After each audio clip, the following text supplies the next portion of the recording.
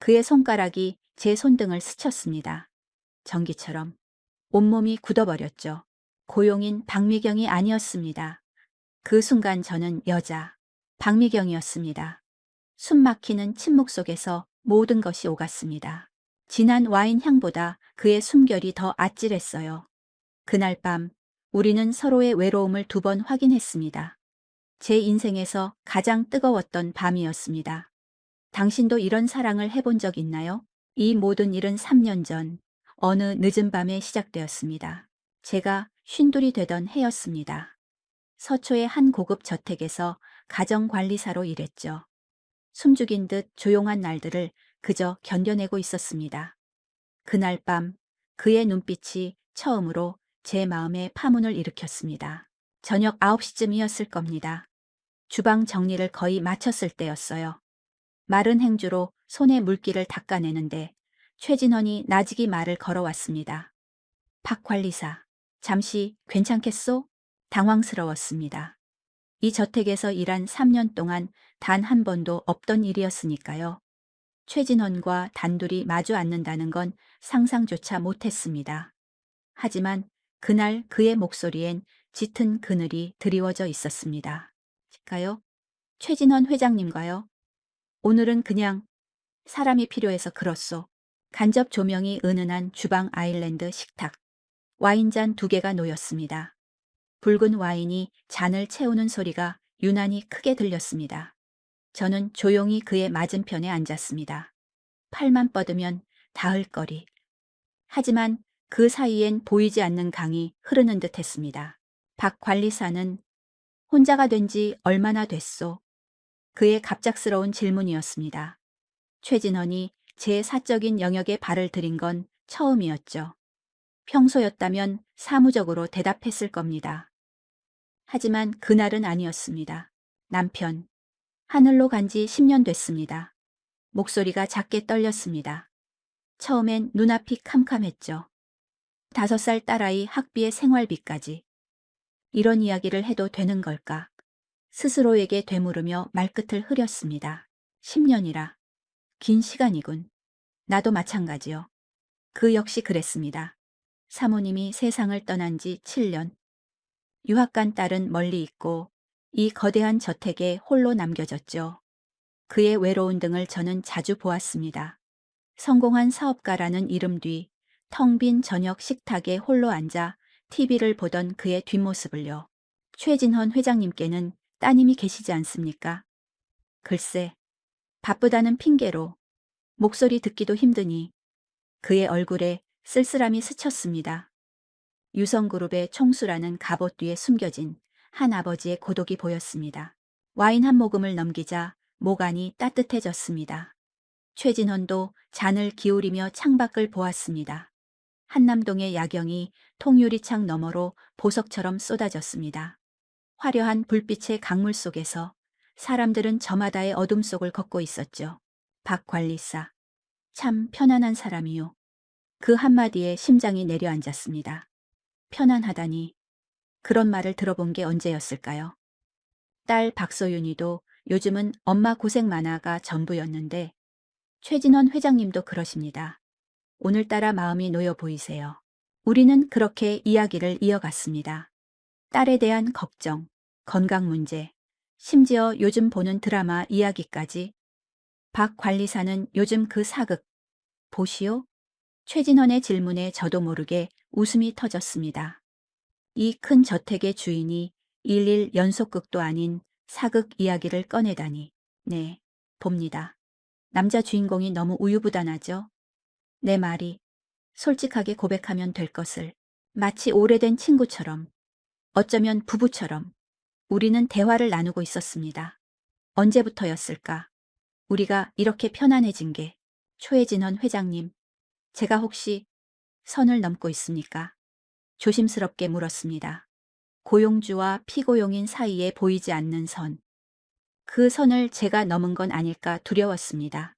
아니, 오히려 고맙소. 그의 목소리에 진심이 묻어났습니다. 이렇게 마주 앉아주는 사람이 있어서 이 집이 너무 적막했거든. 그 순간 저는 알았습니다. 이 거대하고 화려한 성에 갇힌 이 남자도 나만큼이나 외로운 사람이구나. 바로 그때였습니다. 최진원이 와인잔을 내려놓았습니다. 그의 손이 테이블을 가로질러 다가왔습니다. 그리고 제 손등 위로 겹쳐졌습니다. 뜨거웠습니다. 그 온기가 순식간에 온몸으로 퍼졌습니다. 심장이 세차게 울렸습니다. 어떤 말도 할 수 없었습니다. 10년 만에 느껴보는 타인의 온기였습니다. 박 관리사. 네. 목소리가 가늘게 떨려 나왔습니다.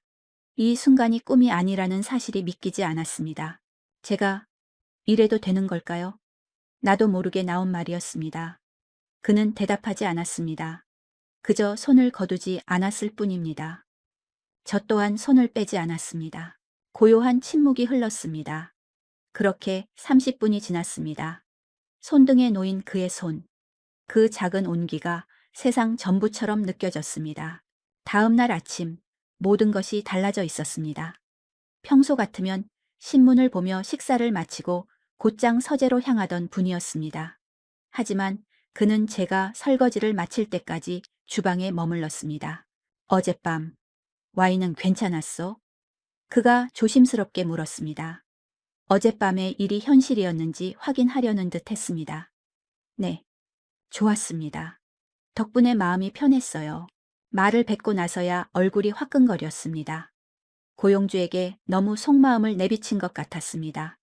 하지만 최진헌은 그저 희미하게 웃었습니다. 그의 눈가에 부드러운 주름이 잡혔습니다. 처음 보는 미소였습니다. 그럼 오늘도 한 잔 어떻소? 두 번째 밤이었습니다. 이번에는 제가 먼저 와인잔 2개를 꺼내 놓았습니다. 어제보다 훨씬 자연스러웠습니다. 우리는 편안하게 잔을 기울였습니다. 따님은 어떤 아이입니까? 그가 먼저 물었습니다. 특별할 건 없습니다. 평범한 대학생이에요. 요즘 취업 때문에 고생이 많습니다. 취업이라. 요즘 젊은이들 참 고달프지. 그의 목소리에는 진심 어린 걱정이 묻어났습니다. 그저 하는 말이 아니었습니다. 최진원 회장님 따님은 잘 지내십니까? 미국 생활은 어떻다고 합니까? 그 질문에 그의 표정이 순간 굳었습니다. 한참 동안 와인잔만 바라보았습니다. 그는 천천히 입을 열었습니다. 글쎄, 한 달에 한 번쯤 연락이 오지. 그것도 안부를 묻는 게 전부요. 바쁘다지만 사실 아비한테 관심이 없는 거겠지. 아닐 겁니다. 다들 그 나이엔 그렇습니다. 위로를 건넸지만 소용없었습니다. 그의 깊은 고독이 보였습니다. 유성그룹 총수라는 갑옷 뒤에 숨겨진 딸을 그리워하는 아버지의 모습이었습니다. 박 관리사는 밤이 길지 않소? 그의 시선이 제게 닿았습니다.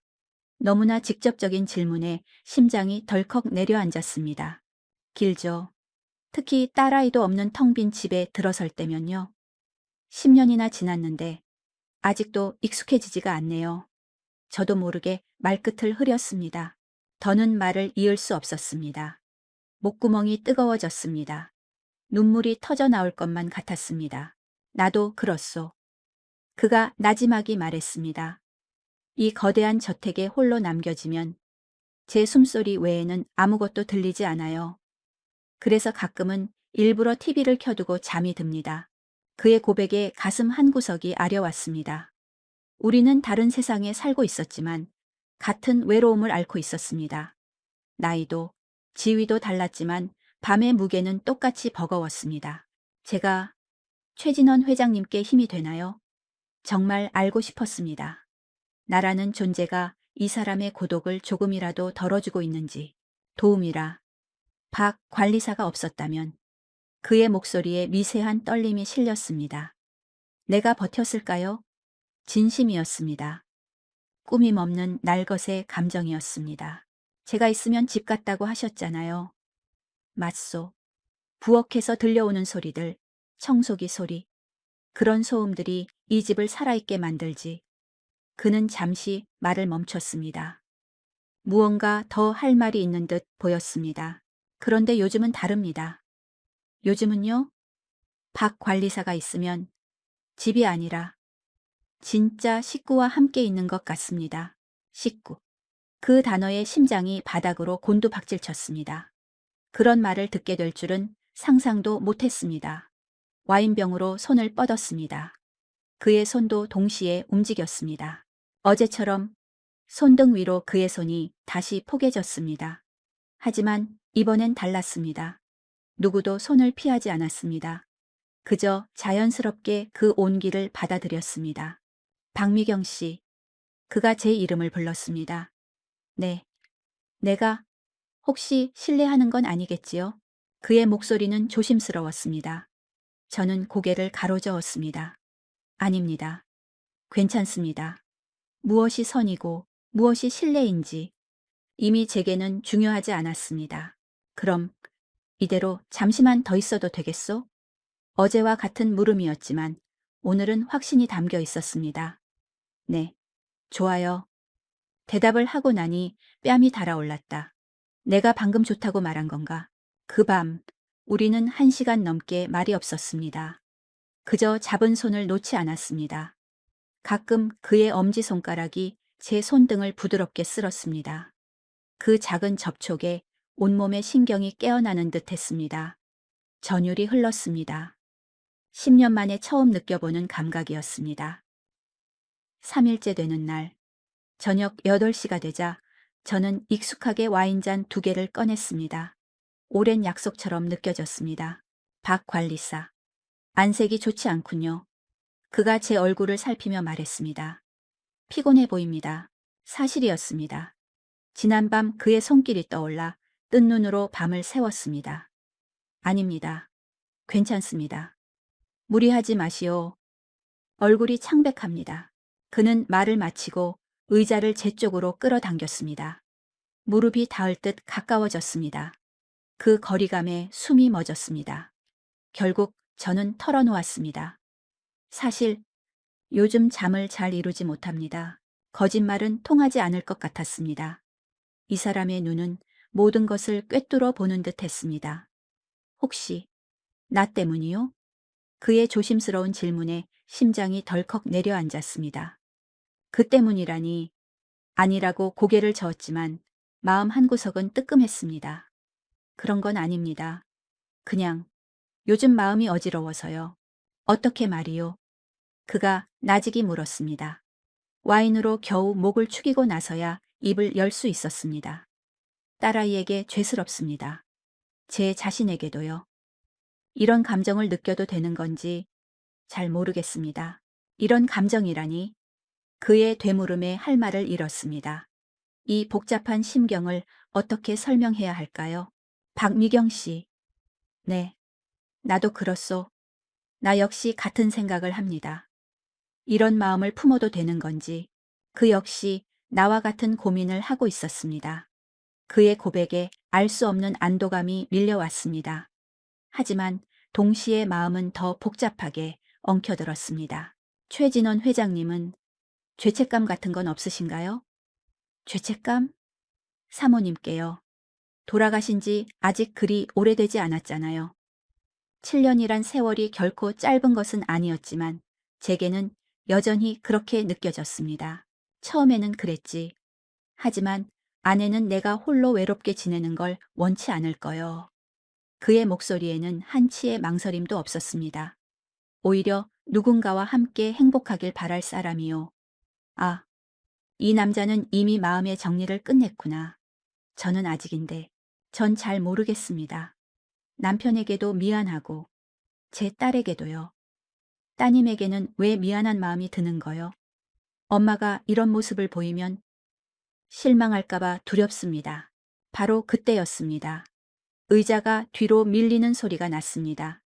그가 자리에서 일어나 제 등 뒤로 다가왔습니다. 그의 그림자가 저를 온전히 감쌌습니다. 그리고 아주 조심스럽게 어깨 위로 그의 손이 내려앉았습니다. 박미경 씨. 등 뒤에서 들려오는 목소리는 평소보다 훨씬 낮고 부드러웠습니다. 당신은 아무것도 잘못하지 않았소. 그의 손이 어깨를 천천히 쓸어내렸습니다. 단순한 마사지가 아니었습니다. 상처를 어루만지는 위로였습니다. 10년입니다. 홀로 딸을 키우고 생계를 책임지며 버텨온 세월이 그의 목소리는 점점 더 따뜻해졌습니다. 그 말들이 차가웠던 마음속으로 스며들었습니다. 이제 당신도 행복해질 자격이 충분하오. 어깨 위의 손에 조금 더 힘이 실렸습니다. 그 온기가 어깨를 타고 등에서부터 온몸으로 퍼져나갔습니다. 몸이 녹아내리는 것 같았습니다. 최진원 회장님, 네. 이렇게 하시면 제가 정말 혼란스럽습니다. 솔직한 심정이었습니다. 이런 다정함은 너무나 낯설어서 어찌할 바를 몰랐습니다. 혼란스러운 게 당연하오. 나도 마찬가지니까. 그가 제 어깨를 조금 더 깊이 감싸며 속삭였습니다. 하지만 싫지는 않지요? 네, 싫지 않습니다. 그 순간 정말 그랬습니다. 혼란스러웠지만 싫지 않았습니다. 오히려 좋았습니다. 지난 10년간 누구에게도 받아보지 못했던 따스한 위로였습니다. 그럼 이대로 잠시만 더 있어도 되겠소? 네. 목소리가 가늘게 떨렸습니다. 하지만 고개는 끄덕여졌습니다. 그의 두 손이 제 양쪽 어깨를 완전히 감쌌습니다. 그의 품에 안긴 것 같았습니다. 남편이 살아있을 때도 느껴보지 못했던 단단하고 커다란 품이었습니다. 어깨가 많이 뭉쳐있군. 얼마나 고생한 거요. 그가 어깨를 부드럽게 주무르기 시작했습니다. 그 손길이 단순한 안마가 아니라는 것을 우리는 알고 있었습니다. 기분이 좀 어떻소? 좋아요. 너무 솔직한 대답이 튀어나왔습니다. 얼굴이 화끈거렸지만 거짓말을 할 수는 없었습니다. 그 밤, 우리는 30분 넘게 그렇게 있었습니다. 그는 제 뒤에 서서 어깨를 감쌌고 저는 그 온기에 기댔습니다. 말은 거의 없었지만 침묵은 조금도 어색하지 않았습니다. 오히려 더 깊은 교감이 오가는 기분이었습니다. 4일째 되는 날, 저녁, 그가 평소보다 일찍 저택으로 돌아왔습니다. 보통 6시 반쯤 오시는데 그날은 6시가 조금 넘어 도착했습니다. 일찍 오셨네요. 네. 오늘 회의가 일찍 끝났습니다. 하지만 무언가 달라 보였습니다. 말수도 줄었고 깊은 생각에 잠긴 얼굴이었습니다. 제가 저녁을 준비하는 내내 그는 주방 근처를 맴돌았습니다. 무언가 할 말이 있는 듯 입술을 달싹이다가 몇 번이나 망설였습니다. 초혜진원 회장님, 무슨 일 있으세요? 아니요. 아무것도. 설거지를 마치고 와인잔을 꺼내는데 그가 불쑥 말했습니다. 박미경 씨, 오늘은 거실에서 한잔 할까요? 거실에서요? 늘 주방 아일랜드 식탁에서 마셨기에 의아했습니다. 하지만 저는 조용히 그를 따라 거실로 향했습니다. 거실 소파는 생각보다 좁았습니다. 우리는 나란히 앉았습니다. 어깨와 어깨가 맞닿을 거리였습니다. 최진헌 회장님이 와인잔을 테이블에 내려놓았습니다. 그는 아무 말 없이 저를 바라봤습니다. 그 눈빛이 어제와는 확연히 달랐습니다. 더 깊고 무언가 간절함이 담겨 있었습니다. 박미경 씨. 네, 최진헌 회장님. 혹시 내가 이상한 말을 하더라도 놀라지 마시오. 그의 목소리가 낮게 깔렸습니다. 무슨 말씀이신지 매일 밤 잠자리에 들 때마다 생각하는 게 있어. 그가 잠시 말을 멈췄습니다. 내일도 당신을 볼 수 있을까? 하고 말이오. 심장이 쿵 하고 내려앉았습니다. 이런 고백을 듣게 될 줄은 상상도 못했습니다. 최진원 회장님, 저는 잠깐만. 그가 제 말을 부드럽게 막았습니다. 깊은 숨을 내쉰 그가 다시 입을 열었습니다. 내 심장이 아직도 뛸 수 있다는 걸 요즘에야 알게 됐소. 온몸에 피가 멎는 듯 했습니다. 사랑. 그 단어가 제게 향할 줄은 꿈에도 몰랐습니다. 7년 전 아내가 세상을 떠났을 때 모든 게 끝났다고 생각했소. 그의 목소리가 희미하게 떨렸습니다. 이 나이에 무슨 감정이 남아있겠나. 그리 믿었지. 그런데 박미경 씨를 보면서 내 마음이 아직 살아있다는 걸 깨달았소. 저는 아무 대답도 할 수 없었습니다. 귀에는 오직 내 심장이 울리는 소리만 가득했습니다. 내가 너무 앞서 나간 거요? 그가 조심스럽게 물었습니다. 그 불안한 눈빛에 가슴 한구석이 시큰거렸습니다. 아닙니다. 목소리가 겨우 나왔습니다. 다른 말은 떠오르지 않았습니다. 그럼 불쾌하지는 않소? 네, 전혀요. 그건 진심이었습니다. 불쾌하기는커녕 오히려 가슴속에서 따뜻한 것이 피어올랐습니다. 이런 감정이 낯설었지만 나쁘지 않았습니다. 박미경 씨. 네. 솔직하게 말해도 되겠소? 네. 말씀하세요. 그가 조금 더 제 쪽으로 몸을 돌렸습니다. 온종일 당신 생각이 떠나질 않소. 일할 때도, 잠들기 전에도. 그래서 오늘 용기를 냈소. 무슨 말씀을요? 내가 당신을 좋아합니다. 그 순간이었습니다. 그의 손이 제 손을 감쌌습니다. 어제처럼 손등에 머무는 것이 아니었습니다. 단단하게 깍지를 끼듯 제 손을 잡았습니다. 입술이 떨어지지 않았습니다. 무슨 말을 해야 할지 알 수 없었습니다. 저도요. 뭐라고? 저도 최진원 회장님이 좋습니다. 결국 마음속 말이 터져 나왔습니다. 그 말을 뱉자마자 얼굴이 불타는 듯 뜨거워졌습니다. 지금 정말이요? 네, 정말입니다. 그가 제 손을 더욱 힘주어 잡았습니다. 그리고 다른 손으로 제 턱을 부드럽게 감쌌습니다. 박미경 씨. 네, 키스해도 되겠소? 저는 고개를 끄덕였습니다. 너무 떨려서 목소리가 나오지 않았습니다. 그의 얼굴이 천천히 다가왔습니다. 그리고 입술이 닿았습니다. 부드럽고 따뜻했습니다. 10년 만에 느껴보는 남자의 온기였습니다. 짧은 입맞춤이었지만 발끝부터 온몸으로 전율이 흘렀습니다. 죽어있던 감각이 깨어나는 기분이었습니다. 미경 씨. 그가 제 이름을 부르는 목소리는 이전과 전혀 달랐습니다. 더 깊고 더 애틋했습니다. 괜찮소? 그의 목소리가 귓가에 낮게 울렸습니다. 네, 좋아요. 정말이요? 네, 정말 좋았어요. 죄책감 같은 건 없었습니다. 오히려 낯선 설렘이 가슴을 채웠습니다. 그럼 위층으로 올라가도 되겠소? 그가 조심스럽게 물었습니다. 그 눈빛이 무엇을 의미하는지 알 수 있었습니다. 저는 작게 고개를 끄덕였습니다. 그런 대답을 한 제 자신이 놀라웠습니다.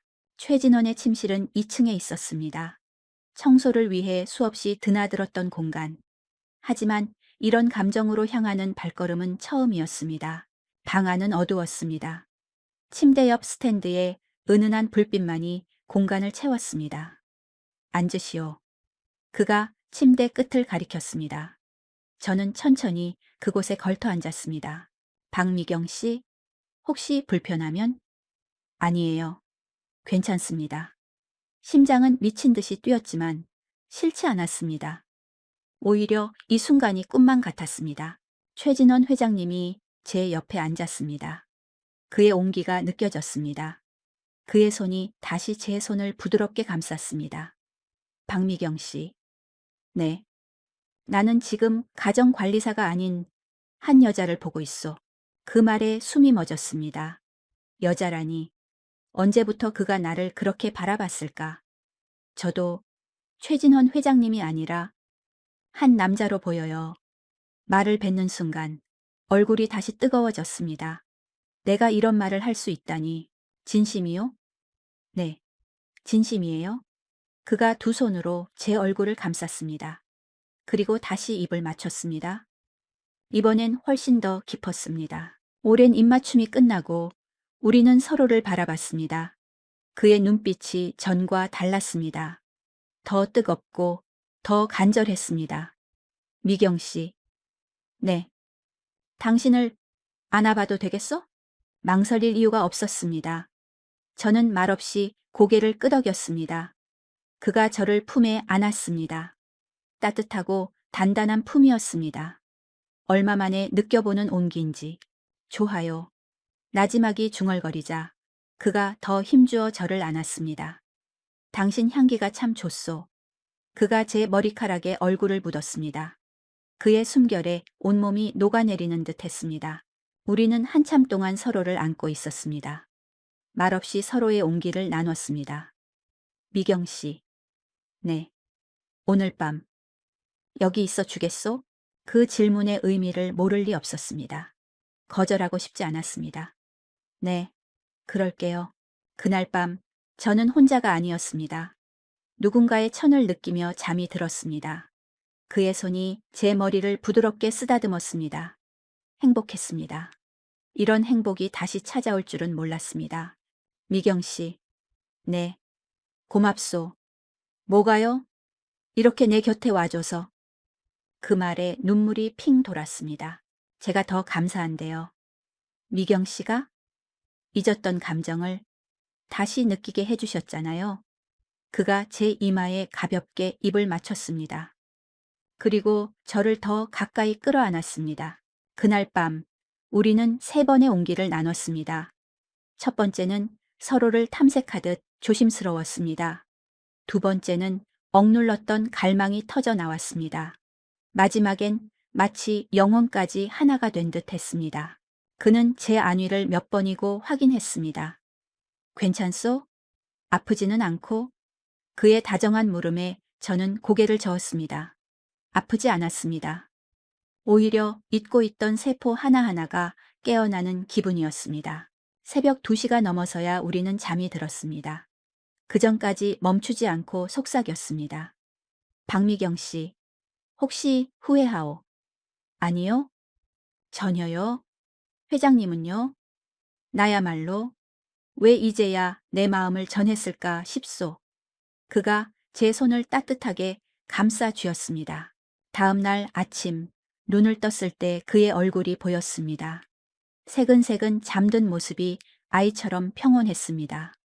어젯밤의 모든 순간이 꿈이 아니었습니다.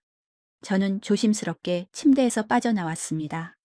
아래층으로 내려가 아침 식사를 준비해야 했습니다. 부엌에서 그릇을 닦는데 저도 모르게 콧노래가 나왔습니다. 입가의 미소가 떠나질 않았습니다. 이런 감정 정말 몇 년 만인지 모르겠습니다. 좋은 아침. 등 뒤에서 그의 목소리가 들렸습니다. 돌아보니 어젯밤보다 더 환한 얼굴이었습니다.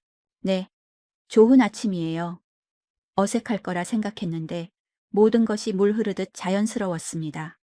어젯밤 편히 잤소? 네, 정말 푹 잤어요. 말하고 나니 또 얼굴이 달아올랐습니다. 하지만 제 선택에 후회는 없었습니다. 그때였습니다. 식사를 준비하는데 제 휴대전화가 울렸습니다. 딸 박소윤이었습니다. 잠시만요. 최진헌에게 양해를 구하고 통화 버튼을 눌렀습니다. 응, 엄마야. 엄마, 지금 뭐 하세요? 딸의 목소리가 이상했습니다. 평소와 달리 날이 서 있었습니다. 아침 준비하고 있지. 왜? 엄마, 저 오늘 그 저택으로 가도 돼요? 갑자기 찾아오겠다니. 뭔가 이상한 낌새가 느껴졌습니다. 갑자기? 무슨 일 있니? 그냥 엄마 얼굴 보고 싶어서요. 오후에 들를게요. 딸은 제 대답도 듣지 않고 전화를 끊었습니다. 불길한 예감이 들었습니다. 평소에는 꼭 약속을 잡고 오던 아이였습니다. 딸이 오늘 온다고 합니다. 제 말을 들은 최진헌의 표정이 순간 굳었습니다. 갑자기 말이요? 네. 평소와는 좀 다르게 꼭 할 말이 있는 것처럼요. 혹시 우리가 함께 있는 걸 안 걸까? 그의 말에 심장이 쿵 내려앉았습니다. 설마 박소윤이가 눈치챘을 리가. 오후 4시쯤 딸이 저택에 도착했습니다. 표정이 그늘져 있었습니다. 어머, 우리 소윤이 왔구나. 어서 오너라. 최진원 회장님이 반갑게 맞았지만 딸은 건성으로 고개만 숙였습니다. 그리고 제게 다가와 말했습니다. 엄마, 저랑 얘기 좀 해요. 그래. 무슨 일인데 그래? 단둘이서요. 최진헌은 상황을 파악하고 조용히 서재로 자리를 피해 주셨습니다. 딸과 마주 앉은 거실에는 무거운 침묵이 흘렀습니다. 박소윤이는 한참 동안 입을 열지 않았습니다. 엄마. 응. 이 집에서 별일 없으시죠? 그 질문에 등골이 서늘해졌습니다. 별일이라니. 무슨 뜻이야? 그게 요즘 엄마가 달라 보여서요. 뭐가? 목소리도 들뜨고 표정도 밝아지셨어요. 예전 같지가 않아요. 딸의 시선이 제 얼굴을 집요하게 파고들었습니다. 여기 일이 편안해서 그런가 보지. 정말 그게 다예요? 박소윤이는 제 말을 믿지 않는 눈치였습니다. 엄마, 솔직하게 말씀해 주세요. 최진원 회장님이랑 무슨 관계시죠? 그 순간 온몸에 피가 식는 것 같았습니다. 어떻게 알았을까? 마무, 무슨 소리니? 엄마 표정만 봐도 다 알겠어요. 딸이 깊은 한숨을 내쉬었습니다. 엄마, 제발 제 생각도 좀 해주세요. 소윤아, 그분은 회장이에요. 사는 세상이 다른 사람이라고요. 엄마가 상처받을까봐 그래요. 그 사람에겐 그냥 하룻밤 유희일 수도 있잖아요. 유희라는 단어가 비수처럼 가슴에 꽂혔습니다. 아빠 돌아가시고 엄마 얼마나 고생했는지 알잖아요. 이제 와서 또 그런 상처받는 거 보고 싶지 않아요. 딸의 눈에 눈물이 차올랐습니다. 소윤아, 엄마 마음도 모르고. 알아요. 외로운 거 알아요. 하지만 이건 아니에요. 뭐가 아닌데? 엄마는 여기 가정관리사고, 그분은 회장이에요. 이 관계가 정상이라고 생각하세요? 딸의 눈에서 눈물이 흘러내렸습니다. 엄마, 제발 정신 차리세요. 저까지 창피해져요. 마지막 말이 심장을 후벼 팠습니다. 창피해? 엄마가? 네. 친구들이 알면 뭐라고 생각하겠어요? 우리 엄마가 저 나이 많은 회장이랑. 더는 듣고 있을 수가 없었습니다. 딸의 입을 틀어막고 싶었다. 그만하라는 말이 목구멍까지 차올랐다. 엄마, 당장 이 저택에서 나가요. 제발. 뭐라고? 다른 일자리를 구해요. 여기 더 있으면 안 돼요. 박소윤이는 울면서 내 손목을 붙잡았다. 애원하는 목소리였다. 제발요. 엄마, 저 정말 무서워요. 딸이 이렇게 서럽게 우는 모습을 본 게 얼마만인지 가슴이 미어지는 것 같았다. 그날 밤 박소윤이는 집으로 돌아가지 않았다. 내 방 작은 침대에서 함께 잠이 들었다. 물론 최진원과는 눈인사도 나누지 못했다. 이불 속에서 딸이 속삭였다. 엄마까지 이럴까봐. 그게 제일 무서워. 그 한마디에 기어이 눈물이 터졌다. 세상에 단 하나뿐인 가족인데 내가 너무 내 욕심만 부렸나. 밤새 천장만 바라봤다. 잠을 이룰 수 없었다. 최진원의 얼굴과 딸의 눈물이 번갈아 떠올랐다. 머릿속이 온통 뒤엉켜 버렸다. 이 관계를 계속 이어가는 게 옳은 일일까? 다음 날 박소윤이가 떠난 저택에는 무거운 침묵만 흘렀다. 최진원과 나는 서로의 눈치를 살폈다. 무슨 말이라도 해야 했지만 입이 떨어지지 않았다. 박 관리사. 어제 따님이 뭐라고 하던가요? 저녁 설거지를 끝낸 나에게 그가 조심스럽게 물었다. 그냥 제 걱정을 많이 하더라고요. 차마 모든 사실을 전할 수는 없었다. 특히 창피하다는 말은 내 가슴에 묻어야 했다. 따님 입장에서는 충분히 그럴 수 있겠지요. 그는 이미 모든 것을 꿰뚫어 보는 듯했다. 최진원 회장님, 저희 이렇게 계속해도 괜찮을까요? 결국 내가 먼저 물었다. 딸의 말을 듣고 나니 차가운 현실이 보이기 시작했다. 무엇이 말이요? 이런 관계 말입니다. 계속해도 되는 걸까요? 최진원은 한동안 말이 없었다. 이윽고 그는 내 손을 조용히 감싸 쥐었다. 나에게는 박 관리사가 필요합니다. 하지만 따님의 마음도 이해가 가오. 그럼에도 불구하고 박 관리사의 인생이 따님의 것은 아니지 않소. 그의 말에 심장이 세차게 뛰었다. 내 인생. 단 한 번도 그렇게 생각해 본 적이 없었다. 저도 최진원 회장님이 필요해요. 하지만 세상 시선이 두려워요. 솔직한 심정이었다. 나이도, 신분도, 모든 것이 걸림돌이었다. 그때였다. 최진원 회장님이 갑자기 자리에서 일어났다. 그리고는 내 앞에 무릎을 꿇었다. 최진원 회장님, 지금 뭐 하시는 겁니까? 너무 놀라 그를 일으키려 했지만 그는 내 손을 더욱 꽉 잡았다. 박미경 씨, 저와 결혼해 주십시오. 순간 시간이 멈췄다. 결혼이라니. 정식으로 혼인 신고를 하자는 겁니까? 그의 눈빛은 농담이 아니었다. 흔들림 없는 진심이 담겨 있었다. 갑자기 왜 이런 말씀을? 갑자기가 아니요. 어젯밤 뜬 눈으로 밤을 새우며 내린 결론이요. 그의 목소리가 미세하게 떨리고 있었다. 더는 당신을 숨기고 싶지 않소. 정식으로, 당당하게 함께하고 싶습니다. 하지만 저는 여기 가정관리사일 뿐입니다. 그게 어떻다는 말이오? 내게는 사랑하는 여인이요. 사랑하는 여인. 평생 들어볼 리 없을 거라 생각했던 말이었다. 진심이십니까? 물론이요. 내가 가진 것들 중에 당신의 이름으로 된 무언가가 하나쯤은 있어야 하지 않겠소. 그 말에 끝내 눈물이 흘러내렸다. 제게 무언가를 주시려는 겁니까? 그의 진심 앞에 내세울 것이 없었다. 당신보다 귀한 게 나에게 어디 있겠소? 최진원 회장님이 내 손등에 입을 맞췄다. 박미경 씨, 내 마지막을 함께 해주시오. 함께 늙어가는 것. 그보다 더 무거운 약속이었다. 소윤이가 제 딸이 반대할 겁니다.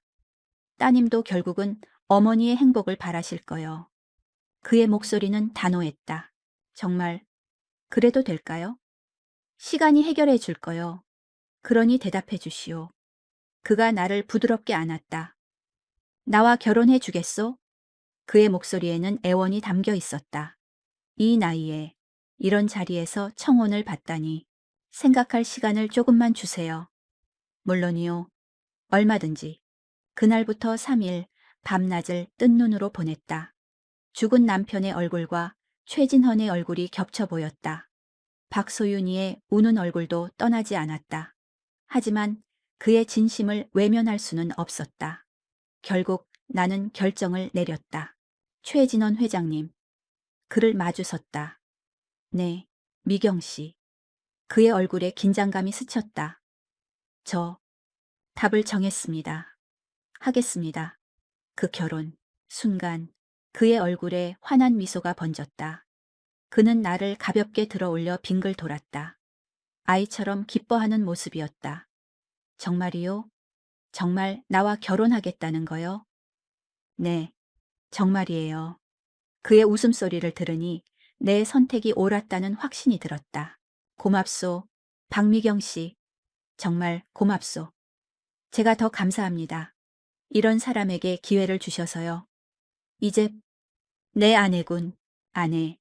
그 단어가 심장에 내려와 앉았다. 낯설었지만 가슴 벅차게 좋았다. 네, 맞아요.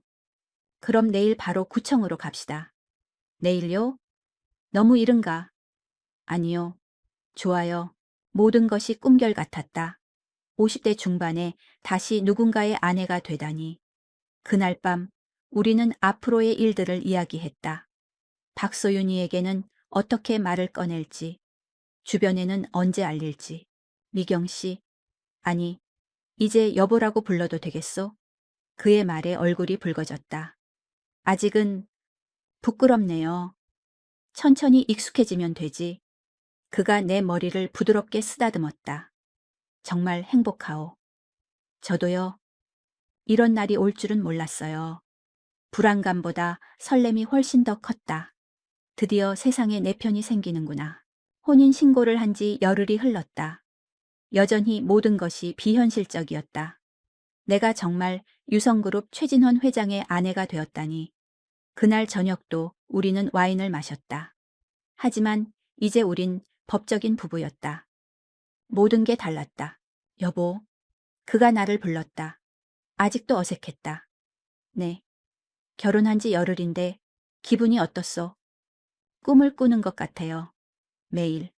와인잔 너머로 왼손 약지가 반짝였다. 이 반지 말이야. 그가 내 손을 잡으며 말했다. 사실 한 달 전에 사뒀소. 그의 말에 심장이 쿵 내려앉았다. 화려하진 않았지만 그 어떤 보석보다 따뜻한 반지였다. 나에게는 세상 전부와도 같았다. 미경 씨, 후회하지 않소? 전혀요. 단 한순간도요. 오히려 하루하루가 선물 같았다. 아침이면 그의 숨결이 곁에 있었다. 저녁이면 나란히 앉아 식사를 나눴다. 이런 평범함이 이토록 귀할 줄이야. 소윤이는 아직도 마음이 안 풀렸을까요? 딸의 이름이 나오자 가슴 한쪽이 무거워졌다. 혼인 신고를 알렸을 때 딸은 불같이 화를 냈었다. 시간이 좀 더 필요하겠지. 그가 내 손을 감싸며 위로했다. 결국엔 어머니의 행복을 이해해 줄 거요. 제가 그 아이에게 너무 미안해요. 아니, 오히려 내가 미안하오. 엄마를 빼앗은 것 같아서. 그는 따스하게 웃었다. 나도 이제 가족이 늘었다고 생각하는데 그때였다. 현관도록 소리가 들렸다. 나가보니 딸, 박소윤이가 서 있었다. 소윤아, 엄마.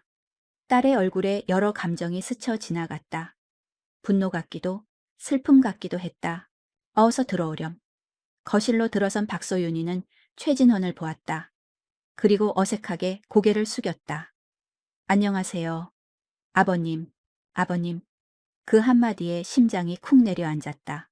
최진헌 역시 놀란 듯 눈이 커졌다. 그래. 소윤 양. 이리 와서 앉게. 엄마, 저랑 잠시 얘기 좀 해요. 또 둘만의 대화였다. 무슨 말이 오갈지 가슴이 조마조마했다. 최진헌이 조용히 자리를 비켜주었다. 딸과 나는 마주 앉았다. 엄마. 응. 미안해.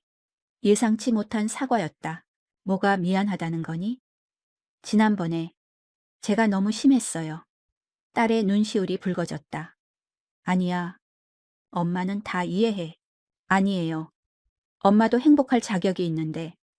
소윤아. 제가 너무 제 생각만 했어요. 이기적이었죠. 딸이 이렇게 깊이 생각했을 줄은 몰랐다. 그동안 엄마가 얼마나 외로우셨을지 생각해 봤어요. 결국 딸의 뺨 위로 눈물이 흘렀다. 10년이었잖아요. 나 때문에 재혼도 못하고. 그런 거 아니야. 맞아요. 엄마는 저 때문에 모든 걸 희생하셨어요. 박소윤이가 내 손을 꼭 잡았다. 이제는 엄마가 정말 행복했으면 좋겠어요. 그 말에 나도 눈물이 터져 나왔다. 소윤아, 고마워. 정말 고마워. 아버님도 좋은 분 같아요. 정말? 엄마를 정말 아끼시는 게 느껴져요. 어떻게? 엄마를 보는 눈빛이요. 정말 사랑하는 사람을 보는 눈빛이었어요. 딸아이가 그걸 느꼈다니. 그럼 우리 결혼 허락해 주는 거야? 네. 대신 조건이 있어요. 뭔데? 저도 여기 자주 놀러 와도 되죠? 당연하지. 여긴 이제 내 집이기도 한걸. 그때 최진원이 조심스럽게 들어오셨다. 박소윤이가 자리에서 일어나 그에게 다시 인사했다. 아버님, 우리 엄마 잘 부탁드립니다. 그럼 내가 잘 모셔야지. 그가 딸의 머리를 부드럽게 쓰다듬었다. 이제 정말 아버님이라고 불러도 괜찮죠? 물론이다. 우린 이제 한 가족이니까. 그 순간 비로소 완전한 가족이 된 것 같았다. 딸이 돌아간 후 우리는 다시 와인잔을 기울였다. 이번에는 마음이 완벽하게 평화로웠다. 여보, 정말 다행이에요. 뭐가 말이요? 소윤이가 우리를 받아들여 줘서요. 나도 정말 기뻐. 그가 내 손등을 천천히 쓸어내렸다. 모든 것이 시작되었던 그날처럼. 기억하세요? 처음 제 손을 잡아주셨던 그날. 물론이요. 어찌 있겠소. 그때부터 제 세상이 달라졌어요. 나도 마찬가지요. 그의 손이 내 손등을 덮었던 그 순간부터 나는 더 이상 혼자가 아니었다. 이 저택의 가정관리사가 아닌 아내로 살아가게 되었다. 50대 중반에 찾아온 두 번째 사랑. 그 어떤 첫사랑보다 소중하고 따뜻했다. 여보. 네. 사랑하오. 저도요. 저도 사랑해요. 그날 밤 우리는 진정한 부부가 되어 잠이 들었다. 내일도, 그리고 그 다음 날도 이 행복은 계속될 것이다. 그의 온기가 내 손에 머물던 그날부터 나는 세상에서 가장 행복한 사람이었다.